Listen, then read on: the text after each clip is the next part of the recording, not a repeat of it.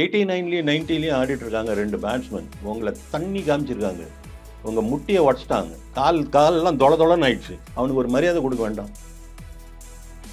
இதே இடத்துல பேட்டிங்கில் இங்கிலாந்து இருந்திருந்தா பென் ஸ்டோக்ஸ் வந்து ஓகேன்னு சொல்லியிருப்பாரு ஹேண்ட் ஷேக்குக்கு அப்படின்னு கிழிச்சிருப்பாங்க. 68வது ஓவரில் வாஷிங்டன் சுந்தர் இன்ட்ரோடியூஸ் பண்ணுற மாதிரி ஒரு கொடுமை எதுவுமே கிடையாது. நீங்கள் மேட்ச் ஜெயிக்கிறதுக்கு தயாராக இல்லை அப்படின்னு நீங்கள் பட்டயம் எழுதி கொடுக்குறீங்க. வெறும் போலிங் யூனிட் நீங்கள் எடுத்து பார்த்தீங்கன்னா except Bumrah and Kuldeep Yadav match வின்னர்ஸ்ன்னு யாருமே கிடையாது. எல்லா விதத்துலேயும் இந்தியா ஜெயிச்சிருக்காங்க. கடைசியில் 6 செஷன் ஆடி ஒரு மேட்சை ட்ரா பண்ணுறதுங்கிறது மச் மச் மச் பெட்டர் தென் மோர் தென் எ விக்ட்ரி. இந்த பேட்டிங் யூனிட் செட் ஆயிடுச்சு. இன்னும் ஒரு அனதர் ஒரு 3-4 இயர்ஸுக்கு இந்தியாவுக்கு பேட்டிங்கை பற்றி கவலைப்படுறதுக்கு ஒன்றுமே இல்லை. கிரிக்கெட் ஒன்றிய நேயர்களுக்கு வணக்கம். ஆண்டர்சன் டெண்டுல்கர் ட்ரோஃபியோட 4th டெஸ்ட் வந்து முடிஞ்சிருக்கு. ஸோ இதை பற்றி நம்மள்ட்ட டீட்டெயிலாக பேசுறதுக்காக நம்ம கூட இன்னைக்கு கிரிக்கெட் அனலிஸ்ட் ரமேஷ் சார் இருக்காரு. அவர் கூட பேசுகிறோம். சார் வணக்கம் சார். வணக்கம் ஈஸ்வர் சார். இந்த 4th டெஸ்ட்டை பொறுத்த வரைக்கும் இங்கிலாந்து வின் பண்ணுவாங்க அப்படின்னு தான் எல்லாருமே எதிர்பார்த்துட்டு இருந்தாங்க. நிறையா கேள்விகளும் பட்டோம். நம்ம அந்த ஒரு இடத்துலேருந்து டிராவை நோக்கி பயணித்த ஒரு இந்திய அணியை நம்மளால் பார்க்க முடிஞ்சது. ஃபர்ஸ்ட் ஆஃப் ஆல் இந்திய அணியோட அந்த பேட்டிங் ஸ்ட்ரென்த்தை எப்படி பார்க்கலாம்? நம்ம டிராவை நோக்கி பயணிச்சோன்னு சொல்கிறீங்களே, எது ட்ரா மேட்ச்? இது ட்ராவே இல்லைங்க, இது இந்தியன் வின்னு. இது ஆல்மோஸ்ட் இல்லை. நீங்கள் வேணால் பேப்பரில் ட்ரான்னு படிக்கலாம். பட் இன் ஆல் ஃபேர்னஸ் இதை நீங்கள் ஒரு விக்டரியாக தான் பார்க்கணும். இந்தியா வந்து நான் போன மேட்ச் நம்ம வந்து என்ன சொன்னோம், இந்தியா தோக்கலை, இங்கிலாந்து ஜெயிச்சாங்க அப்படின்னு சொல்லி அதை முடித்தோம். இந்த மேட்ச் ட்ராங்கிறது ரிசல்ட்டாக இருந்தால் கூட எல்லா விதத்துலேயும் இந்தியா ஜெயிச்சிருக்காங்க. கடைசியில் 6 செஷன் ஆடி ஒரு மேட்சை ட்ரா பண்ணுறதுங்கிறது மச் மச் மச் பெட்டர் தென் மோர் தென் எ விக்ட்ரி. அப்படி தான் அதை பார்க்கணும் நீங்கள். அதனால ட்ரா இல்லை, இது விக்ட்ரி தான். KL ராகுல் அவரோட அந்த பேட்டிங் டெப்த்தை எந்த அளவுக்கு பார்க்கலாம்? நம்ம பிரமாதம். நம்ம ஆரம்பத்துலேருந்து பேசிட்டு இருக்கோம். ஃபஸ்ட்டு மேட்ச் முடிஞ்ச உடனே நான் சொன்னேன், இந்த டீமை பொறுத்த வரைக்கும் ஒன்று நல்லா தெரியுது, இந்த பேட்டிங் யூனிட் செட் ஆயிடுச்சு. இன்னும் ஒரு அனதர் ஒரு 3-4 இயர்ஸுக்கு இந்தியாவுக்கு பேட்டிங்கை பற்றி கவலைப்படுறதுக்கு ஒன்றுமே இல்லை. இன்னும் பியூட்டிஃபுல்லாக செட் ஆகிருக்கு. ஓப்பனர்ஸ் பர்ஃபெக்டாக செட் ஆகிருக்காங்க 2 பேரும். ஒரு அக்ரஸிவான ஒரு சைடு ஒருத்தரும், கொஞ்சம் வழி நடத்திட்டு போகக்கூடிய ஒரு பேட்டிங் ஆடக்கூடிய ஒருத்தரும், அந்த 2 பேரும் அந்த மாதிரி அமைஞ்சிருக்கு. பியூட்டிஃபுல்லாக இருக்குது. அதுக்கப்புறம் 1 டவுனில் தான் கொஞ்சம் இப்படி அப்படின்னு இருக்குது. பட் நோ ப்ராப்ளம், அது ஒன்றும் பெரிய இஷ்யூ கிடையாது. எப்போ வேணால் சார்ட் அவுட் பண்ணிக்கூடிய இஷ்யூ தான். 2 டவுனில் கில் வந்து பர்ஃபெக்டாக செட் ஆகிட்டார், எந்த பேச்சும் கிடையாது. ரிஷப் பந்தோட அவைலபிலிட்டி, அவரோட இன்ஜுரிஸு அதெல்லாம் தூக்கி அந்த பக்கம் வச்சிட்டிங்கன்னா அவர் ஒரு மேட்ச் வின்னர். அதனால் அந்த ஸ்லாட்டில் பியூட்டிஃபுல்லாக அவர் செட் ஆகிறாரு. அடுத்த ஸ்லாட் நீங்கள் பார்த்தீங்கன்னா ஒரு பேட்ஸ்மேன் வரக்கூடிய இடம் அது. இப்போ நீங்கள் வந்து 2 ஆல்ரவுண்டர்ஸ் அந்த இடத்துல பிட்டின் பண்ணி கொஞ்சம் ஒரு மாதிரி கன்ஃபியூஸ்டு ஏரியாவாக இருக்குது. கன்ஃபியூஸ்டு இன் த சென்ஸ் எல்லாருமே பர்ஃபார்ம் பண்ணுறாங்க, அதுதான் கன்ஃபியூஷனு. கன்ஃபியூஷன் யூஸ்வலாக எப்படி இருக்கும்னா, இவங்களுக்குலாம் சான்ஸ் கொடுத்தோம், இவங்க பர்ஃபார்ம் பண்ணலையே, ஒரே குழப்பமாக இருக்குது, திருப்பி அவங்கக்கிட்ட கொடுக்கலாமா வேண்டாமா அப்படின்னு யோசனை இருக்குது. அப்படிங்கிறதுல தான் ஒரு குழப்பம் இருக்கும். பட் இப்போ வந்து எல்லாருமே நல்லா ஆடுறாங்களே அந்த ஸ்லாட்டில். ஐ மீன் எல்லாருன்னா இந்த 2 ஆல்ரவுண்டர்ஸும், ஜடேஜா அண்ட் வாஷிங்டன் 2 பேருமே நல்லா ஆடுறாங்களே, அவங்கள எப்படி நம்ம ட்ராப் பண்ணுறது அப்படிங்கிற குழப்பத்தை தான் வந்திருக்காங்களே தவிர, நல்லா இருக்குங்கிறது தான் குழப்பமே தவிர நல்லா இல்லைங்கிற குழப்பம் இல்லை. பேட்டிங்கை பொறுத்த வரைக்கும் very very happy about it. அந்த பவுலிங் யூனிட்டை நம்ம எடுத்து பார்த்தோம்னா ஸ்பின்னர்ஸுக்கு வந்து இயர்லியாகவே கொண்டு வரல அப்படிங்கிற தாட் தான் ரொம்ப பேசப்பட்டு இருக்கு. இந்த 4th டெஸ்ட்டை பொறுத்த வரைக்கும் 69th ஓவர் தான் வந்து வாஷிங்டன் சுந்தரை எடுத்துகிட்டு வரீங்க. லாஸ்ட் டெஸ்ட்டு பார்த்தோன்னா 4 விக்கெட் ஹால் எடுத்து கொடுத்ததே அவர் தான் செகண்ட் இன்னிங்ஸில். அவரே நீங்கள் இன்னும் இயர்லியாக எடுத்துகிட்டு வரல அப்படிங்கிற கேள்விகளும் இங்கே எழுதலை. இங்கே வந்து இங்கே வெறும் ஸ்பின்னராக சரியாக ஹேண்டில் பண்ணலங்கிறது மட்டும் இல்லை, ஆஸ் இன் டோட்டலாக பார்த்தீங்கன்னா போலிங் யூனிட்டு நீங்கள் பார்த்தாலும் நம்ம அந்த டீம் ஸ்குவாடு எடுக்கும் போதே நம்ம ஒன்று பேசணும். நீங்கள் என்ன கேட்டீங்க 10க்கு எத்தனை மார்க் கொடுப்பீங்கன்னு. நான் 7 கொடுப்பேன்னு சொன்னேன். நான் வந்து 7 மார்க் நான் கொடுத்தது பேட்டிங்க்கும் அந்த ஆல்ரவுண்டர் ஸ்லாட்டுக்கும் கொடுத்துட்டேன். மீதி 3 மார்க் கொடுக்க மாட்டேன்னு சொன்னது போலிங்கே இல்லை இந்த டீமில் அப்படின்னு. இந்த போலிங்கை நீங்கள் இந்த யூனிட்டுன்னு எடுத்து பார்த்தா கூட 2 மேட்ச் வின்னர்ஸ் தான். டிஃபென்சிவ் பவுலர்ஸ் 2 பேர் இருக்காங்க, ஜடேஜா அண்டு வாஷிங்டன். ஜடேஜா ஆன சூட்டபிள் கண்டிஷனில் he can run through a side. வாஷிங்டனும் அதை ப்ரூவ் பண்ணியிருக்காரு ஏற்கனவே. பட் அவங்களோட குவாலிட்டின்னு நீங்கள் எடுத்து பார்த்தீங்கன்னா டிஃபென்சிவ் பவுலர் ஒரு 2 அவங்க டைட்டாக போட்டாங்கன்னா இன்னும் 2 விக்கெட் எடுக்கக்கூடிய ஒரு பவுலர் இருக்கணும். அந்த மாதிரியான ஒரு பவுலர்ஸ். ஸோ இவங்க 2 பேரையும் நீங்கள் தனியாக ஒரு பக்கம் எடுத்து பார்த்து வச்சுட்டிங்கன்னா வெறும் bowling யூனிட் நீங்கள் எடுத்து பார்த்தீங்கன்னா except Bumrah and Bumrah and Kuldeep Yadav match வின்னர்ஸ்ன்னு யாருமே கிடையாது. நீங்கள் ஏன்னா அதனால தான் பெரிய ஒரு ஹோல் வாட்டர் இருக்குது இந்தியனோட bowling-ஓட யூனிட்னு எடுத்து பார்த்தீங்கன்னா. அதுக்கு ஏதாவது சரி பண்ணணும். ஹேவிங் செட் தட் நீங்கள் வந்து ஒரு திறமை இல்லை அப்படிங்கிறது ஒரு பக்கம் இருந்தாலும் இருக்கிற திறமையை யூஸ் பண்ணணுமா அப்படின்னு நீங்கள் பார்த்தீங்கன்னா அது பெரிய கொஸ்டினாக இருக்குது. நம்ம வந்து என்னை பொறுத்த வரைக்கும் கில் கேப்டன்சி பற்றி கொஞ்சம் பேசலாம் அப்புறம். ஓகே சார், அன்சுல் காம்பேஜை எடுத்துகிட்டு வந்தது சரியான மூவாக பார்க்குறீங்களா நீங்கள்? சரியான மூவ் தான். ஏதாவது இடத்துல கொடுத்து தானே ஆகணும் ஈஸ்வர். ஏதாவது சான்ஸ் கொடுத்து தானே ஆகணும். நீங்கள் கூட்டிகிட்டு போகிறீங்க, சான்ஸே கொடுக்கலன்னா எப்படி? இப்போ வந்து இவ்வளோ நாள் வந்து அன்சுல் காம்போஜுங்கிற ஒரு போலரோட மனசுக்குள்ளே நம்மளுக்கு சான்ஸ் கிடைக்குமா அப்படிங்கிறது தான் இருந்தது. அவருடைய போலிங்கில் அவர்கிட்ட என்ன குறை இருக்குது, என்ன நிறைய இருக்குது, நம்ம எந்த சரி பண்ணிக்கணும் அப்படிங்கிறத இது வரைக்கும் அவர் யோசிச்சே இருக்க மாட்டார். சான்ஸ் கிடைக்குமா 11ல், இதுதான் அவர் மனசுக்குள்ளே இருந்துகிட்டே இருக்கும். இப்போ சான்ஸ் கொடுத்துட்டீங்க, இனிமேல் அவருடைய குறைகளை கரெக்ட் பண்ணுறதுக்கு அவர் போவார். என்னெல்லாம் தப்பு பண்ணாருங்கிறது அவருக்கு தெரியும்.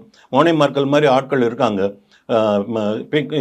பின் பண்ணி காமிக்கிறதுக்கு, இந்த ஏரியாவில் நீ தப்பு பண்ண, இந்த ஏரியா நல்லா போட்ட அப்படின்னு சொல்கிறதுக்கு. பை திஸ் டைம் அதுவே நடந்திருக்கும். ஸோ இதுக்கப்புறம் அவர் வந்து கற்றுக்கணும். சான்ஸ் கிடைக்கலன்னு சொன்னது முடிஞ்சு போச்சு. சான்ஸ் கொடுத்துட்டாங்க. இதுக்கப்புறம் அவருக்கு அடுத்த சான்ஸில் இந்த மேட்ச்சில் பண்ணின தப்புகள் ஏதாவது பண்ணியிருந்தால் அதை நிவர்த்தி பண்ணி அடுத்த டெஸ்ட்டில் ப்ரூவ் பண்ணணும். என்னை பொறுத்த வரைக்கும் அவர் வந்து பேட் பர்ஃபார்மன்ஸ்ன்னு நான் சொல்ல மாட்டேன். ஃபார் டெபுட்டன்ட் அந்த லெவலில் போய் ஆடும்போது அந்த ஒரு வல்னரபிலிட்டி இருக்கும், அந்த பயம் இருக்கும். அதெல்லாம் கூட அந்த மார்க்கெலாம் அவர்கிட்ட மார்ஜின் கொடுத்துட்டே வந்தீங்கன்னா ரொம்ப பேட் பர்ஃபார்மன்ஸு தண்டம் அவர் எடுத்தது அப்படின்னு சொல்கிற மாதிரி இல்லை. Lots of opportunity, lots of avenues are there for him to improve. அதை பண்ணுவார்னு எதிர்பார்க்கலாம். ஏன்னா ஜடேஜா வந்து ஒரு ரன் அவுட்டுக்கு த்ரோ பண்ணும்போது அந்த இடத்துல வந்திருக்க வேண்டியது அன்சுல் காம்போஜ் தான். ஜடேஜா கூட அங்கேருந்து அக்ரெசிவாக கத்துனாரு, ஸ்டெம்ஸுக்கு வா அப்படின்னு சொல்லிட்டு. அடுத்த தடவை வந்துடுவார். இதுதான் நான் சொல்கிறது. இது மாதிரி தப்புகள் நடக்கும். அதுவும் புதுசு வந்திருக்காரு, பயம் இருக்குது, கை கால் ஓடாது, அந்த மாதிரிலாம் இருக்கும்போது சரி இந்த மாதிரி விஷயங்கள் ஜடேஜாவே பண்ணியிருக்காரு. அந்த மாதிரி கரெக்ட் பண்ணாமல். ஸோ அதெல்லாம் நடக்கும் கிரிக்கெட்டில். இது மாதிரி நடக்கிறது, பெரிய ஸ்டால்வர்ட் ஃபீல்டர்ஸ்லாம் கேட்ச் விட்றது, இதெல்லாம் நடக்கும். இதெல்லாம் போகப்போ இதெல்லாம் ஓகே இந்த மேட்ச் நம்ம இந்த மாதிரி தப்பு பண்ணணும், அது பண்ணிடக்கூடாதுங்கிறத ரியலைஸ் பண்ணுவார். இனிமேல் மேபி அந்த தப்பு நடக்காமல் அவர் பார்த்துப்பாரு நம்பலாம். இந்திய அணியோட ஃபைட்டராக கருதப்படுற ரிஷப் பண்ட் காலில் ஒரு இன்ஜுரி, அதுக்கப்புறம் பேட்டிங் பண்ண வருவாரா அப்படின்னு எதிர்பார்த்த ஒரு இடத்துல எகைன் திருப்பி வந்து ப்ளே பண்ணார்.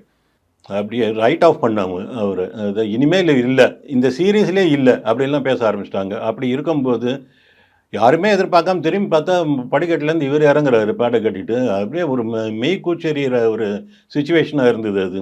எல்லாருமே கிரவுண்டில் இருக்கிற எல்லாருமே சரி, நாட் ஓன்லி இந்தியன் சப்போர்ட்டர்ஸ் எல்லாருமே ரொம்ப ஆச்சரியமாக பார்த்து எழுந்து நின்று சல்யூட் பண்ணுற மாதிரி ஆகிட்டாங்க. அவருடைய கமிட்மெண்ட்டு, அவரோட டெடிக்கேஷன் வந்து இப்போவும் சொல்கிறேன், hats off to him, no doubt about it. Having said that அப்படியே எல்லாரும் சொல்கிற மாதிரி சொல்லிட்டு போயிட்டா அப்புறம் நம்மளுக்கு என்ன இருக்குது? நான் என்னுடைய கேள்வி வந்து இது ரிஷப் பந்த் பண்ணியிருக்கணுமா? ஏன் சார், எதுக்கு, ஏன் பண்ணணும்? அந்த சிச்சுவேஷனில் இவர் வந்து இவரால் ஒரு 30-40 ரன் பார்ட்னர்ஷிப் கிடைக்கிறதுனால என்ன ஆயிடுச்சு? ஏன்னா நான் எதுக்காக சொல்கிறேன்னா, அந்த சிச்சுவேஷனில் அந்த மாதிரி காலில் ஃப்ராக்சர் காலை வச்சுட்டு வந்து விளையாடி திருப்பி அந்த காலில் அடிபட்டுறன்னு வச்சுக்கோங்களேன், இப்போ இருக்கிற அந்த எலிமெண்ட்ரி ஒரு ஒரு ஒரு வருவாரோ அப்படிங்கிற எண்ணம் கூட இல்லாமல் போயிருக்கும். அந்த சான்ஸை எதுக்கு எடுக்கிறார்? எப்போ எடுத்துருக்கலாம் தெரியுமா? இப்போ செகண்ட் இன்னிங்ஸில் நேற்றுக்கு ஆடினாங்கல்ல, நேற்றுக்கு வந்து கடைசியில் ஒரு 10 ஓவர் ஆட வேண்டியிருக்கு, ஆடினா ட்ரா பண்ணிடலாம், இல்லைனா தோற்றுருவோம் அப்படிங்கிற சுச்சுவேஷனில் கை கால் எல்லாத்துலேயும் பேண்டேஜ் எல்லாம் கட்டிட்டு வெறும் 2 கையில் மட்டும்தான் ஹோல்டு பண்ண முடியுங்கிற சுச்சுவேஷனில் வந்து ஆடி இருந்தால் கூட அது வேறு விஷயம். அது வந்து டீமுக்காக பண்ணாருங்களாம். பட் இது வந்து தனிப்பட்ட முறையில் அவருக்கு நம்ம சல்யூட் பண்ணலாம் அப்படிங்கிறத வச்சுட்டு பார்த்தா, பட் அவசியமா அந்த சுச்சுவேஷனில் இது தேவையா? அதுவும் ரிஷப் பந்த் மாதிரி ஒரு ஆளுங்க இழக்கிறதுக்கு டீம் தயாரா? அந்த இடத்துல வந்து கேப்டனும் கோச்சும் இப்போ ரிஷப் பந்த் நான் பேட் பண்ண போகிறேன்னு சொல்லும்போது கூட அவர் அனுமதிச்சிருக்கணுமா அப்படின்னு நீங்கள் கேட்டிங்கன்னா, ஒருவேளை நான் அந்த சுச்சுவேஷனில் இருந்தால் நான் வேண்டாம்னு தான் சொல்லியிருப்பேன். பரவாயில்ல, நோ ப்ராப்ளம். என்ன 360 ரன் அடிச்சது 300 ரன் கால் அவுட் வரணும்னு வச்சுக்கோங்களேன், இட் மேக்ஸ் நோ டிஃப்ரென்ஸ். அதனால இப்போ நீங்கள் எண்ட் ஆஃப் த மேட்ச் நீங்கள் பார்த்தீங்கன்னா ஒன்றும் அதோட பெரிய க்ரைட்டீரியா ஒன்றும் இல்லை. நான் சொல்கிறது என்னென்னா, எந்த இடத்துல உங்களுடைய ப்ரெசன்ஸ் தேவை, எப்படி இருந்தாலும் இப்போ ஒரு 10 நிமிஷம் நீ உள்ளே வந்து நின்னா கூட போதும் அப்படிங்கிற இடத்துல நீங்கள் இந்த சான்ஸ் எடுக்கலாம். பட்டு அவ்வளோ அவசியம் இல்லைங்கிற இடத்துல அந்த சான்ஸு எடுத்தது ஒரு டீமோட காசு வச்சு பார்க்கும்போது அவசியம்தானா அப்படிங்கிற கொஸ்டின் என் மனசில் இருந்தது. அதை நான் ஷேர் பண்ணிட்டேன். தனிப்பட்ட முறையில் ஹேட்ஸ் ஆஃப். கில் கேப்டன்சியை பற்றி பேசுவோம் அப்படின்னு பேசலாமா? பேசலாம். கில் கேப்டன்சி வந்து சரி, கில்லை வந்து நீங்கள் வந்து பாருங்கள், அவர் வந்து 24-25 வயசு ஆகுது.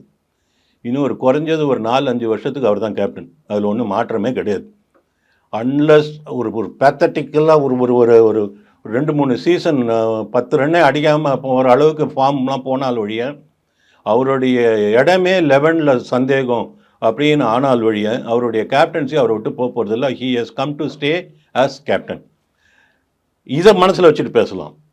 இதில் வந்து நீங்கள் பார்த்தீங்கன்னா, இவர்கிட்ட வந்து இந்த ஃப்ளா இருக்குது, அந்த ஃப்ளா இருக்குன்னு நம்ம சொல்கிறத விட அவர் கற்றுக்கணும். கேப்டன்சிங்கிறது, இந்த லீடர்ஷிப்புங்கிறது எப்படின்னா, இது வந்து கொஞ்சம் இருக்கணும், உங்களுக்கு ரத்தத்திலே இருக்கணும். அட்லீஸ்ட் ஒரு 50% அது இருக்கணும். லீடர்ஷிப் குவாலிட்டிங்கிறது ஒரு 50% இருக்கணும், 50% கற்றுக்கணும். இவர்கிட்ட அந்த முதல்ல இருக்கணுங்கிற 50% இருக்குது, அதில் டவுட் கிடையாது. அவர்கிட்ட அந்த குவாலிட்டி இருக்குது. அவரால் அந்த டீமோட ஜெல் பண்ண முடியுது, டீம் மெம்பர்ஸோட ஜாலியாக இருக்க முடியுது. அவர் வந்து எந்த விதத்துலையும் ஒரு கோவப்பட்டு இது பண்ண நடுவில் ஒரு கொஞ்சம் ஒரு அனிமேட்டடாக ஒரு பண்ணார் தவிர அதெல்லாம் ஓகே, சின்ன வயசுக்கான விட்டுருங்க. அந்த மாதிரி பண்ண முடியுது. ஒரு மேனேஜ்மெண்ட்டு நல்லா பண்ண முடியுது. பட் ஸ்ட்ராட்டஜிஸ் அப்படின்னு வரும்போது ஒரு பெரிய கொஸ்டின் மார்க் இருக்குது. 2 விஷயம் இதை நம்ம பார்க்கலாம். நம்ம வந்து கில் வந்து ஆன் த ஃபீல்டு என்ன பண்ணுறாருங்கிறத பார்த்துட்டு நம்ம பேசுகிறோம். அவருக்கும் கோச்சுக்கும் உள்ள ரேப்போ எப்படி இருக்குங்கிறது நமக்கு தெரியாது. கோச் சொன்னதை எல்லாத்தையும் பிச்சில் கிரவுண்டில் இம்ப்ளிமெண்ட் பண்ணி அதனால் இந்த சொதப்பல் நடக்குதா, இல்லை கோச் சொன்னதை கேட்காம கில் அவராக எடுத்த டெசிஷனால் இந்த சொதப்பல் நடக்கிறதாங்கிறது நமக்கு தெரியாது. பட் கிரவுண்டில் நடக்கிற சொதப்பலை பற்றி பேசுவோம். இதே விஷயத்தை நம்ம கௌதம் கம்பீர், ரோஹித் சர்மா விஷயத்தில் நம்மக்கிட்ட இந்த டிபேட்டில் கூட ஒரு தடவை ரொம்ப ஹீட்டடாக நம்ம ஆர்கியூ பண்ணிட்டு இருந்தோம். அப்போ நான் சொன்னதை தான் நீ இப்பவும் சொல்கிறேன். ஒரு கோச் வந்து அவருடைய வேலை வெளியே முடிஞ்சு போச்சு. ஃபீல்டுக்குள்ளே நடக்கிறது கேப்டனோட ரெஸ்பான்சிபிலிட்டி. அவர் கோச் சொன்னதை செஞ்சாலும் சரி, கோச் சொன்னதுக்கு ஆப்போசிட்டாக பண்ணாலும் சரி, உள்ளே என்ன ரிசல்ட் வருது அதுதான் நம்மளுக்கு முக்கியம். அதுக்கு வந்து முழுசாக கேப்டன் தான் ரெஸ்பான்சிபிள். நான் அன்றைக்கி சொன்ன அதே உதாரணத்தை சொல்கிறேன். குதிரையை வந்து குளத்துக்கு தான் கூட்டிகிட்டு போக முடியும். தண்ணி குடிக்க வேண்டியது குதிரை தான் குடிக்கணும், கோச் குடிக்க முடியாது. ஸோ இது வந்து ஆன் ஃபீல்டு அவர் என்ன பண்ணுறாருங்கிறத நீங்கள் பார்த்தீங்கன்னா நிறைய ஓட்டைகள் இருக்குது, நிறைய மாற்றங்கள் அவர்கிட்ட தேவை, நிறைய அவர் கற்றுக்க வேண்டிய விஷயங்கள் இருக்குது. இந்த சீரீஸை பொறுத்த வரைக்கும் இங்கே பார்த்தீங்கன்னா வெளியெல்லாம் போயிட்டு பாடம் நடத்துறதுக்கு ஒரு ஆளை கூப்பிட்டு வந்து படம் போட்டு காமிக்கிறதுலாம் இல்லை. ஸ்டோக்ஸ் என்ன பண்ணாருங்கிறத பார்த்தாலே போதும். கண்ணுக்கு நேரம் இன்னொரு ஆப்போனண்ட் கேப்டன் எப்படி பண்ணியிருக்காரு அப்படின்னு பார்த்தாலே போதும். லாஸ்ட் மினிட் வரைக்கும் பென் ஸ்டோக்ஸோட கேப்டன்சி எப்படி இருந்தது பாருங்கள், அவரோட ஃபீல்ட் செட்டிங் பாருங்கள், அந்த ஃபீல்ட் செட்டிங் பாருங்கள், அந்த இன்டென்ட் எப்படி இருந்தது பாருங்கள், அவர் ஓடி வந்து போட்ட விதம், அவருடைய தனிப்பட்ட முறையில் அவரோட பர்ஃபார்மன்ஸு, அந்த டீம் அவர் இழுத்துட்டு வந்த விதம், அதெல்லாம் நீங்கள் பார்த்தாலே அதெல்லாமே பார்த்து இவர் கற்றுக்கலாம். 68வது ஓவரில் வாஷிங்டன் சுந்தர் இன்ட்ரடியூஸ் பண்ணுற மாதிரி ஒரு கொடுமை எதுவுமே கிடையாது. நீங்கள் மேட்ச் ஜெயிக்கிறதுக்கு தயாராக இல்லை அப்படின்னு நீங்கள் பட்டயம் எழுதி கொடுக்குறீங்க ஆப்போனண்ட்டு கையில். இது கேப்டன்ஸே கிடையாது.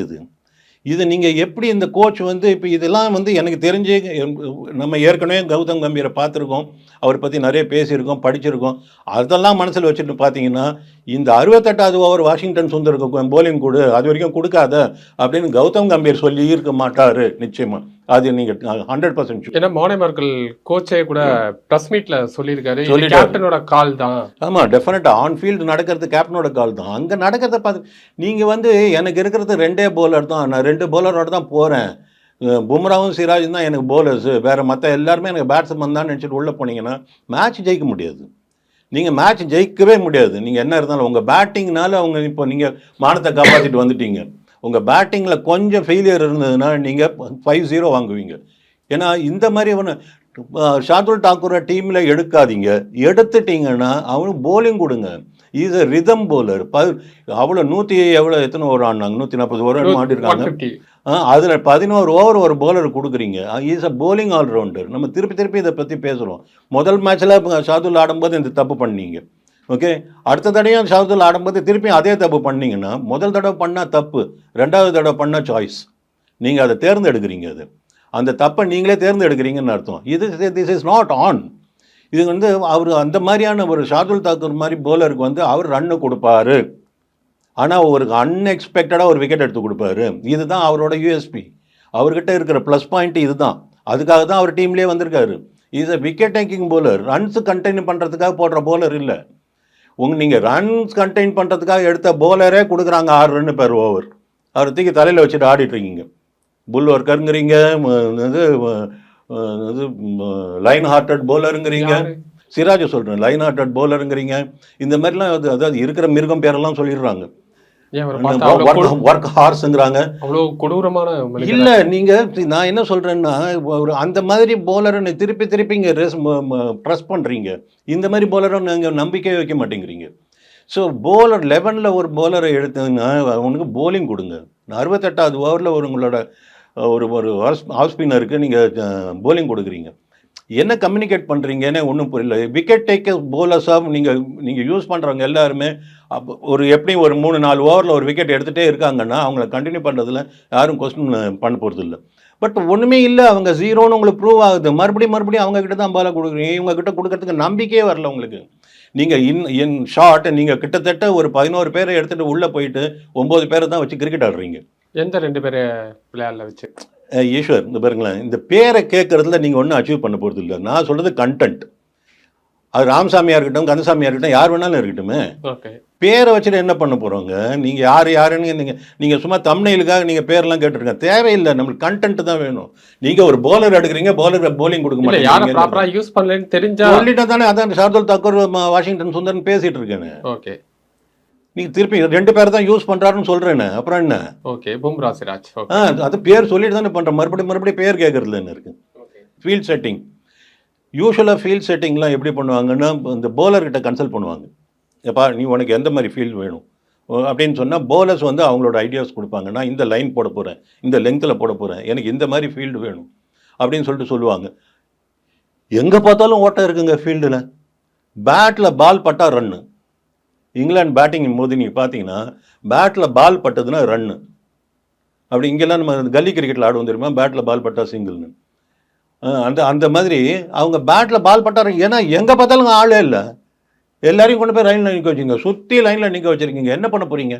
358 ரன் அடிக்கிறீங்க ஃபர்ஸ்ட் இன்னிங்ஸு. அதை நீங்கள் அது ஒன்றும் டிஃபெண்ட் இல்லை. ஒரு இன்னிங்ஸ் மேட்ச் இல்லையே இது. நீங்கள் வந்து டிஃபெண்ட் பண்ண போகிறது இல்லை. இப்போ நீங்கள் அவங்கள திருப்பி அவங்க பேட்டிங் ஆரம்பிக்கும் போது உங்களோட எய்ம் என்னவாக இருக்கணும்? விக்கெட் எடுக்கிறதானே உங்கள் எய்மாக இருக்கணும். அதை அட்டாக் பண்ண மாட்டேங்கிறீங்க. புது பேட்ஸ்மேன் வரா, நீங்கள் லைனில் ஃபீல்டை நிற்க வைக்கிறீங்க. சுற்றி அம்பர்லா ஃபீல்டு வைங்க, என்ன ப்ராப்ளம்ங்க? அடிக்கட்டுமே அவன் 2 4 தான். இப்படிலாம் பண்ணி என்ன சேவ் பண்ணீங்க? 670 ரன் அடிச்சாங்க. இப்படி சுற்றி ஆளுங்களை நிற்க வச்சுட்டு சிங்கிள்ஸாக எடுத்துகிட்டு இருக்காங்க. பால் பேட்டில் பட்டா ஓடிட்டே இருக்காங்க. அந்த மாதிரி இருக்கும்போது இதெல்லாம் ஒரு ஃபீல்ட் செட்டிங். இதை அந்த போலர்ஸ் கேட்டிருப்பாங்களா? இல்லை, போலர்ஸ் கேட்டது பாரு, அதெல்லாம் இல்லை, நான் பண்ணுறது தான் பெட்டர் அப்படின்னு சொல்லிட்டு இவராக எடுத்தார் அந்த டெசிஷன். நமக்கு தெரியாது. இதெல்லாம் கண்ணுக்கு நேரம் நடக்கிற விஷயங்களை நம்ம பேசுகிறோம். நிறைய ஓட்டைகள் இருக்குது, அவர் கற்றுக்க வேண்டிய விஷயம் நிறைய இருக்குது. தூரம் அவர் ட்ராவல் பண்ண வேண்டிய தூரம் ரொம்ப ரொம்ப ஜாஸ்தி இருக்குது. ஆஸ் அ கேப்டன் அவருடைய கேப்டன்சியில் இருக்கிற ஓட்டைகளை அவருடைய பேட்டிங்கிற போர்வையால் மறைக்கிறார். ஜோ ரூட் ஃபேப் 4ல் வந்து டாப் ஆஃப் த செஞ்சுரிஸில் இருக்கார். நிறையா செஞ்சுரிஸ் அடிச்சுக்கிட்டே இருக்கார். டீமுக்காக ஹார்ட் ஒர்க் பண்ணிக்கிட்டே இருக்கார். சச்சினுக்கு அடுத்த ஹையஸ்ட் டெஸ்ட் ரன்னை வந்து பதிவு பண்ணியிருக்காரு இந்த டெஸ்ட் மூலியம், இந்த ரன் மூலியமா. ஸோ ஓவராலாக அவர் எவ்வளோ ஸ்ட்ரென்த்தனாக இருக்கார் இங்கிலாண்டை பொறுத்த வரைக்கும்? மிடில் ஆர்டரில் ஒரு பில்லர் மாதிரி இருக்கார். அதுவும் அந்த பாஸ்பால் கிரிக்கெட்டுன்னு சொல்லிட்டு அவங்க ஆடுற அந்த சுச்சுவேஷனில் ஒரு ரெண்டு நான் வந்து டெஸ்ட் கிரிக்கெட் ஆட போகிறேன்பா, நீங்கள் என்ன வேணாலும் ஆடிக்கோங்க அப்படின்னு மெக்கலமுக்கே டஃப் கொடுக்குற மாதிரி ஒரு ஆட்டிடியூடு வச்சுட்டு அவர் ஆடுறாரு. ரன் மெஷின் மாதிரி இருக்கார். அவர் அடுக்கு ரன் அடிச்சிட்ருக்காரு. அவர் அடுக்கு 50 அடிக்கிறாரு. அவர் அடுக்கு செஞ்சுரி அடிக்கிறாரு. 37-38 செஞ்சுரி அடிச்சார். இப்போ நீங்கள் சொல்கிற மாதிரி 13,000 தாண்டிட்டார். ஒரே இன்னிங்ஸில் ஒரு 3 பெரிய தலைங்களை கிராஸ் பண்ணி மேலே போயிட்டார். இதுக்கு மேலே இருக்கிறது சச்சின் தாங்கிறாங்க. நான் வந்து உங்களுக்கு என்னை பற்றி தெரியும். நான் வந்து இந்த ஸ்டாட்டிஸ்டிக்ஸ்லாம் பெருசாக கான்சன்ட்ரேட் பண்ணுற ஆள் கிடையாது. நான் பெரிய மதிப்பும் கொடுக்கறது கிடையாது. அடிச்சுக்கோ 10,000 16,000 அடிச்சுக்கோ 20,000 அடிச்சுக்கோ, ஸோ வாட், என்ன இப்போ அதை பீட் பண்ணுறதுக்கு இன்னொருத்தன் வர போகிறான். சரி, அவ்வளோதானே. இதில் பெரிய இதை பற்றி பேசுகிறதுக்கு என்ன இருக்குது?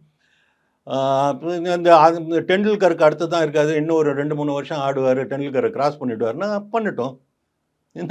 என்ன ஆக போகுது? அதனால என்ன இப்போ? பட் டெண்டுல்கரோட கேம் டெண்டுல்கர் கேம் தான். அவர் ஆடின போலர்ஸ் வேறு, இவர் ஆடின போலர்ஸ் வேறு. நான் இவரை குறைச்சி மதிப்புள்ள பட் அவரோட குவாலிட்டி ஆஃப் bowlers அவர் ஆடின பிச் கண்டிஷன் அந்த மாதிரி இருக்கிறது வேற. நீங்கள் அவர் கிராஸ் பண்ணி கூட போகலாம். பட் இவர் வந்து அவரோட கம்பேர் பண்ண வேண்டிய அவசியம் கிடையாது. இவர் 15,000 ரன்ஸ் அடிச்சிட்டாரா, வெரி குட், 15,000 ரன்ஸ் அடிச்சிட்டாரு. டெண்டுல்கரை கிராஸ் பண்ணிட்டாருன்னு சொல்ல வேண்டாம். அதோட இதை கம்பேரே பண்ண வேண்டாங்கிறது என்னுடைய அபிப்பிராயம். 15,000 அடிச்சிங்களா, வெரி குட். 13,000 அடிச்சிங்களா, வெரி குட், கை தட்டுறோம், நோ ப்ராப்ளம். ஏன்னா நீங்கள் அடித்த மாதிரி இன்னொருத்தர் அடிக்கலையே, அதனால் அந்த பாராட்டு உங்களுக்கு உண்டு, யூ டிசர்வ் இட். பட் தேவையில்லாத கம்பேரிசன் வேண்டாம். ஏன்னா ஈரா டு ஈரா, அவர் ஆடின டைம் வேறு, அவர் ஃபேஸ் பண்ண bowlers வேறு, இவர் ஆடுற டைம் வேறு, இவர் ஃபேஸ் பண்ணுற bowlers குவாலிட்டி ஆஃப் bowlers வேறு, இதெல்லாம் தேவையில்லை. பட் இவரை தனிப்பட்ட முறையில் 13,000 கிராஸ் பண்ணிட்டாரா, வெரி வெல் டன். 15,000 அடிக்க போகிறீங்களா, ப்ளீஸ் கோ ஹெட், வாழ்த்துக்கள், உங்களுக்கு விஷ் ஆல் தி பெஸ்ட், அப்படி வேணால் சொல்லலாம். பென் ஸ்டோக்ஸ் ஃபர்ஸ்ட் இன்னிங்ஸில் பார்த்தீங்கன்னா ஒரு 5 எடுக்கிறாரு. அங்கேருந்து வந்து ஒரு 141 இடையில ரிட்டையர்ட் ஆகி உள்ளே போயிட்டு எகைன் திருப்பி வந்து பேட்டிங் பண்ணி அண்ட் தென் 4th டேல பவுலிங் போடல, லாஸ்ட் டேல பவுலிங் போட்டு நியூ பால் எடுக்கிற வரைக்கும் ஸ்ட்ரகிள் பண்ணி பவுலிங் போட்டு இந்த மாதிரி ஒரு டீமை எடுத்துகிட்டு போகிற ஒரு கேப்டன் எவ்வளோ பில்லர் மாதிரி இருக்கார். எனக்கு வந்து ஐம் ரியலி இம்ப்ரெஸ். எனக்கு வந்து பென் ஸ்டோக்ஸை பார்க்கும்போதெல்லாம் அந்த மனுஷனோட ஒவ்வொரு மூவ்மெண்ட்லையும் வலது கால் எடுத்து வச்சா ஒன்று, இடது கால் எடுத்து வச்சா ஒன்று, அதில் ஏதோ ஒரு பர்பஸ் இருக்குது. அவர் பண்ணுற ஒவ்வொரு மூமெண்ட்லேயும் ஒரு பர்பஸ் இருக்குது, ஒரு இன்டென்ட் இருக்குது. அதில் நான் ஜெயிக்கணும் அப்படிங்கிற இன்டென்ட், அவரோட ஃபோக்கஸ் மேட்ச்லேயே இருக்காருங்க. அவர் 100% மேட்ச்லேயே இருக்கார். அவரோட கவனம் சிதறதே இல்லை, அந்த மாதிரி இருக்கார். அவரோட ஃபீல்ட் செட்டிங்லாம் 2 மிட்-ஆன் ஷார்ட் மிட்-ஆன் வைக்கிறாருங்க. 2 ஷார்ட் மிட்-ஆன் வச்சுட்டு போடுறாரு, ஒரு ஷார்ட் மிட் விக்கெட் இருக்குது. தைரியம் தான் ஆடுறாங்கிறாரு, சவால் விடுற மாதிரி இருக்குது. நீங்கள் இப்போ இவங்க ஒட்டி ஆடுறாங்க, அது இவங்க அந்த சேலஞ்சை இவங்க ஃபேஸ் பண்ணாங்க, அது வேறு விஷயம். நான் இவரோட அப்ரோச் எப்படி இருக்குங்கிறத நான் சொல்கிறேன். அந்த மாதிரியான ஒரு அக்ரெசிவ் கேப்டன்சி, பியூட்டிஃபுல்லாக bowling சேஞ்சஸ் பண்ணுறாரு. தான் ஒரு ஒரு ஒரு as a player, bat ball ரெண்டுத்துலேயுமே ஒரு உதாரண புருஷனாக நடந்துக்கிறாரு. செட்டிங் அன் எக்ஸாம்பிள்னு சொல்லுவாங்களே, அந்த மாதிரி பண்ணுறாரு. எதுலேயுமே அவர் குறை வைக்கிறது இல்லை. பேட்டிங் பெருசாக இல்லாமல் இருந்தது. நம்ம bowlersலாம் வந்து ஏன்பா அந்த குறை உனக்கு வச்சுக்கிறேன், நீ வந்துடு, நீ பேட்டிங்க்கு வான்னு கூட்டிகிட்டு வந்து அவருக்கு பேட்டிங்கும் கொண்டு வந்து விட்டு போயிட்டாங்க. அதனால் இனிமேல் அந்த பிரச்சனையும் கிடையாது. அவர் 7 வருஷத்துக்கு அப்புறம் ஒரு 5 விக்கெட் எடுக்கிறாரு. ஓகே, அவர் ஒன்றும் கன்சிஸ்டண்ட்டாக பிரமாதமாக ஆடுற பேட்ஸ்மேன் இல்லை, ஐ மீன் பிளேயர் இல்லை. பட் இந்த சீரீஸ் நீங்கள் பார்த்தீங்கன்னா ஃபென்டாஸ்டிக், சூப்பராக பண்ணார். As a captain, as a player, எல்லா விதத்துலையும் டிக் டிக் டிக் டிக் தான். கடைசி 10 நிமிஷம் ட்ராமாவை எப்படி பார்ப்பீங்க? ரொம்ப புகழ்ந்துட்டீங்க, இதையும் கொஞ்சம் சொல்லிட்டாங்களா? அதுதானே, எல்லாத்தையுமே நம்ம ஒரு புகழ்ந்துட்டு போயிடக்கூடாது இல்லை நம்ம. ஆனால் அது சீப்புன்னு சொல்லுவாங்கள்ல, அதாவது அந்த மாதிரி ஒரு மட்டம் அப்படின்னு சொல்லுவாங்களே, அந்த மாதிரியான ஒரு பிஹேவியர் இங்கிலாண்டோட பிஹேவியரை நம்ம பார்த்தோம். இதெல்லாம் வந்து கொஞ்சம் கூட ஒரு நாகரிகம் இல்லாமல் நடந்துக்கிட்டு இருந்த கல்ச்சரே இல்லை அப்படிங்கிற மாதிரி தான் பிஹேவ் பண்ணாங்க. 89லேயும் 90லேயும் ஆடிட்டுருக்காங்க 2 பேட்ஸ்மேன், உங்களை தண்ணி காமிச்சிருக்காங்க, உங்கள் முட்டியை உடச்சிட்டாங்க, காலெல்லாம் தொலைன்னு ஆயிடுச்சு இங்கிலாந்து ஃபீல்டர்ஸுக்கு. ஆமாம், ஆர்ச்சர்லாம் குடிக்கவே முடியும், அந்த மாதிரி ஆயிட்டாங்க அப்படியே. இதை தான் நம்ம அன்றைக்கி சொன்னோம் தெரியுமா, அவனை வெறுப்பேற்றுங்க, அவனை கடுப்படிங்க, கடைசியே 2 விக்கெட் ஏன் ஆட மாட்டேங்கிறீங்கிறது கூட இதே மாதிரி நான் கத்திட்டு இருந்தேன்ல. அன்றைக்கி நான் மீன் பண்ணது தான், அவங்கள டயர்டாக்குங்க. இப்போ டயர்டாகிட்டு வந்து கெஞ்சினா இல்லை, போதும்பா என்னை விட்டுருப்பா, நான் ஓடிடுறேன் உள்ளேன்னு கேட்டான்ல, அந்த மாதிரி கதற வைங்க. இதுதான் நம்ம சொன்னது, கதற வச்சாங்கல்ல, அவனுக்கு ஒரு மரியாதை கொடுக்க வேண்டாம். கிரிக்கெட்டுங்கிறது கேம் தாங்க, நீங்கள் என்ன தான் எடுத்தாலும் சரி, இது வந்து போர் இல்லை, இது ஒரு விளையாட்டு. இந்த விளையாட்டில் நம்மளை விட பெட்டராக அவன் பெர்ஃபார்ம் பண்ணிட்டான் அப்படின்னா அதுக்கு உண்டான ஒரு கிரெடிட்டு, அதுக்கு உண்டான ஒரு மரியாதை, அதுக்கு உண்டான ஒரு கைத்தட்டல், அதை நம்ம கொடுக்கணும். நீங்கள் வந்து அந்த மாதிரி தான் இருந்தது. இப்போல்லாம் வந்து ரொம்ப காம்படிட்டிவ் வேர்ல்டாக போனதுனால அது வந்து அப்ரிசியேஷனுங்கிறது மேட்ச் முடிஞ்சதுக்கப்புறம் கை கொடுக்குறாங்க, முதுகில் தட்டுறாங்களே தவிர ஆன் த ஸ்பாட் நடக்க மாட்டேங்குது, ஃபார்மாலிட்டி. ஆமாம், அது ஃபார்மாலிட்டியாக போயிடுச்சு. அந்த மாதிரி தான் இருக்கே தவிர இப்போ இந்த இன்ஸ்டண்ட்டாக அப்படிங்கிற அந்த பாராட்டுங்கிறதே இல்லாமல் போயிடுச்சு. Leave that apart. இந்த மாதிரி கண்டிஷனில் அவர் இவங்களே போய் கேட்டிருந்தா கூட, 2 பேட்ஸ்மேனுமே 90s இருக்கிற 2 பேட்ஸ்மேன் போயிட்டு முடிச்சுக்கலாமான்னு கேட்டால் கூட, முடிச்சு நீ செஞ்சுரி அடிச்சுப்போ அப்படின்னு சொல்கிறது தான் அது அழகு. அது அழகு. அந்த மாதிரி இருக்கிறவங்க கிட்ட போய் முடிச்சுக்கலாமான்னு கேட்டார்னா, இது கேட்கறதுக்கே அதாவது அந்த திமிரிலேயே ஊறின ஒரு ரத்தம் இருந்தால் தான் இந்த மாதிரி தோணும். இதுக்கு வந்து அவர் வந்து ஜொனாதன் ட்ராட் வந்து அவங்க கோச் வந்து அவர் சப்பக்கட்டு கட்டுறாரு, அதுக்கு ஒரு முட்டு கொடுக்குறாரு. இதே இடத்துல பேட்டிங்கில் இங்கிலாந்து இருந்திருந்தால் பென் ஸ்டோக்ஸ் வந்து ஓகேன்னு சொல்லியிருப்பாரு ஹேண்ட் ஷேக்குக்கு அப்படின்னு இருக்கு. ரொம்ப நல்லவங்க. நல்ல ரொம்ப ரொம்ப நல்லவங்க தான், தெரியுமே இங்கிலாண்டை பற்றி தான். நம்மளுக்கு ரொம்ப ரொம்ப டீசெண்டான ஆட்கள், இன்னும் எந்த கான்ட்ரவர்சியுமே இல்லாத ஆட்கள். பாவம் ஸ்லட்ஜிங்லாம் பண்றதே இல்லைல்ல. ஸ்லெட்ஜிங்கை கூட விடுங்க, இந்த மாதிரியான அந்த அண்டர் கிரவுண்ட் வேலையெல்லாம் எதுவுமே பண்ணது கிடையாது வாழ்க்கையில். அது ரொம்ப மட்டமான இது. பிரமாதமான ஒரு கேப்டன்சி, ஒரு பிரமாதமான performance, man of the match வாங்கக்கூடிய ஒரு மேட்ச்சில் கடைசியில் வந்து ஒரு கருப்பு புள்ளி, பியூட்டிஃபுல் கேன்வாஸ், ஒயிட் கேன்வாஸில் ஒரு சின்ன கருப்பு புள்ளி வச்ச மாதிரி, சின்ன கருப்பு புள்ளி இல்லை, ஒரு பெரிய கருப்பு புள்ளியாகவே வச்சுருக்காரு. இட் லெஃப்ட் ரொம்ப ரொம்ப பேட் டேஸ்ட்டாக இருந்தது. இது வந்து இன்னும் கூட நான் போகவே போகிறதில்லப்பா, இன்னும் ஒரு 10 ஓவர் ஆட போகிறேன்னு சொல்லிட்டு இவங்க ஆடி அவங்க முட்டையை வச்சுருந்தா கூட இன்னும் நல்லா இருந்திருக்குமோ அப்படின்னு கூட பேசுகிற மாதிரி இருக்குது. அவங்க தான் அந்த மாதிரி கேவலமாக இருந்தாங்கன்னா நம்மளும் அந்த மாதிரி இருக்க வேண்டாம். அதுக்காகவே அவர் வந்து போ எடுத்துக்கிட்டு போ அப்படின்னு சொல்லிட்டு ஹாரி ப்ரூக்குக்கெல்லாம் போலிங் கொடுத்து அடிக்க சொன்னாங்க கூட ஒன்றும் பிரச்சனை இல்லை. இவங்க என்ன பண்ணியிருக்கணும், ஹாரி ப்ரூக் ஓவர்ஸ் பூரா டிஃபென்ஸ் ஆடி இருக்கணும். ஜடேஜா கொஞ்சம் ஏறி 6 போடலாம். ஒன்றும் டிஃபென்ஸ் ஆடிட்டே இருந்தா நான் செஞ்சுரி அடி இருக்கேன், ஆட தான் போகிறேன். நீ உன்னோட ப்ரூக் போடுறியா, ஐயோ சூப்பராக போடுறான், ஐயோ நான் அடிக்கவே முடியலப்பான்னு சொல்லிட்டு ஆடிட்டே இருந்தா நீ திருப்பி கொண்டு வந்து அந்த கால் தொங்கி போன ஆர்ச்சர் வச்சு போட்டிருப்பில்ல, அப்போ அடிச்சிருப்பேன். வேற ஆப்ஷன்ஸ் இல்லாமல். எனிவே அது வந்து it was in very very bad taste. Okay sir, பார்க்கலாம். இந்திய அணி வந்து இந்த சீரீஸில் இன்னும் மலைவாக தான் இருக்காங்க. 5th டெஸ்ட் தான் ரொம்ப காம்படிட்டிவாக இருக்க போகுது. ஸோ ஒரு ட்ராலேருந்து போகிறாங்க, ஒரு வெற்றி, ஒரு தோல்வி, ஒரு ட்ரா. அதுக்கப்புறம் சீரீஸை வந்து என்ன மாதிரி எடுத்துகிட்டு போகிறாங்க அப்படிங்கிறத 5th டெஸ்ட்டில் பார்க்கலாம். அதுக்கு டீம் காம்பினேஷன் என்ன மாதிரி இருக்க போகுதுங்கிறதையும் நம்ம பொறுத்திருந்து பார்க்கலாம் சார். இந்த கருத்துக்களை பகிர்ந்துக்கிறதுக்கு ரொம்ப நன்றி. தேங்க்யூ.